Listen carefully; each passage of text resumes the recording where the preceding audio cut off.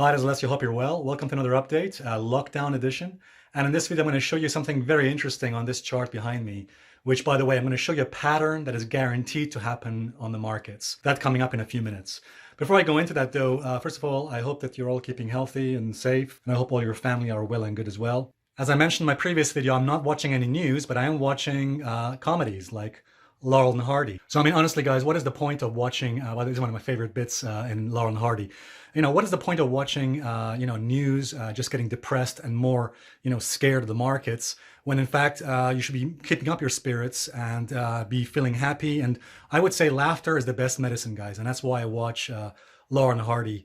This is actually one of my best bits when Stanley Laurel is peeling that banana, or what looks like a banana. Anyway, oh, what's that? It's not a banana. What's that? Okay. Anyway, another good thing about this lockdown is that it gives me a chance to watch some of the shows I saved to watch later. For example, some of the science shows. For example, I really wanted to watch this documentary about chaos theory, and there's another one over here. It says perfectionism wastes time. I could not agree more.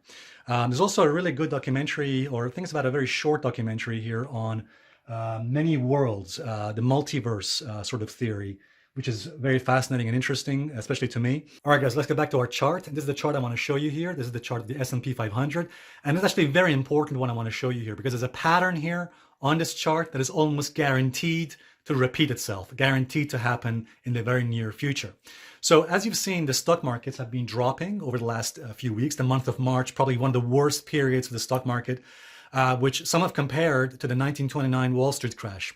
But notice what's happened here. As the market has dropped, as you'll see here, it's also left some interesting clues. These are what we call gaps in the market. All right, guys? So notice, as this market has been dropping, it's also left a series of gaps. So let's just come closer and show you this. As you can see here, here's one gap right here. As you can see right there between the 2,900 and 3,000 level here in the S&P is one gap right there. There's another gap right here.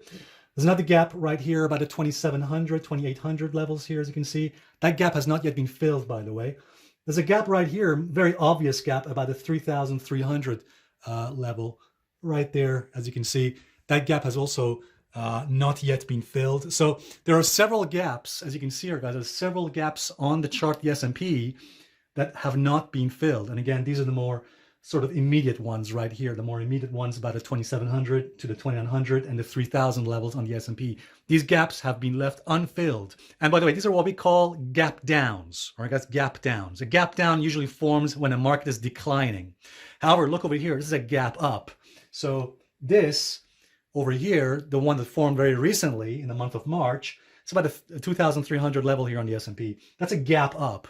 By the way, it's quite interesting that today, as I'm making this video, we have a gap down situation. Now you could be thinking at this point, what's the point, what's the deal about all these gaps? What does it matter? So what? Here's the fact.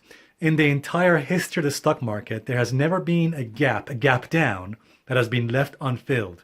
In the entire history of the stock market, all gap downs, like the ones you're seeing here on the way down, they've always been filled. In other words, the market eventually has gone back up and filled those gaps.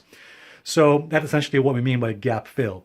On the other hand, a gap up, like the one you see here, when the market opens higher than it closed the previous day, a gap up don't always get filled. They don't usually get filled. But gap downs, they do usually get filled. They have a higher probability of getting filled eventually. So the bottom line to remember about all of this is that when you see a gap down situation in the market, it can actually give you sort of a directional bias in the sense that eventually the market's going to go back and fill those gaps. Now, we don't know when these gaps are going to get filled. We know they will get filled eventually. I mean, there's a high probability, I would say almost a guarantee that these gaps are going to get filled, these gap downs. The question is not if, but when. It could be a few weeks, could be potentially a few months. It could be a few years. I personally think, my actual estimation is that these gap downs are going to get filled by the end of the year. And actually, perhaps by October of this year, we'll see these gap downs. All these gap downs you see here on the way down, I think we'll see them filled by the end of October, if not by the end of the year. So just remember, a gap down is not the same thing as a gap up. Gap ups, like you see here, they don't always get filled. Like, for example, in 2016, after the Brexit vote, a few days after the Brexit vote, the market gapped up. That gap has yet not been filled, even though it formed, again, some years ago.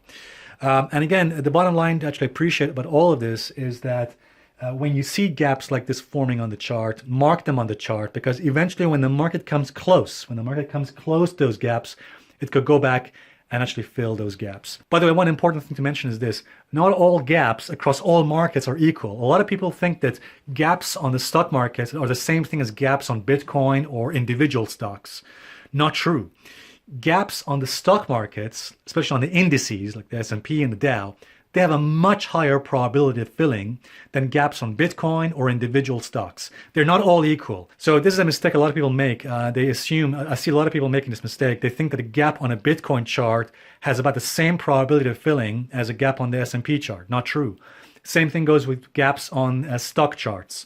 So on individual stocks, like let's say stocks of Apple or Facebook or some other stock, they don't have a higher probability of filling as they do on the stock markets. So remember, the stock market gaps, the gaps like you see here on the S&P, they have a much higher probability of filling than the gaps you see on other markets. By the way, guys, we also have a death cross on the charts here. A death cross just occurred recently on the charts.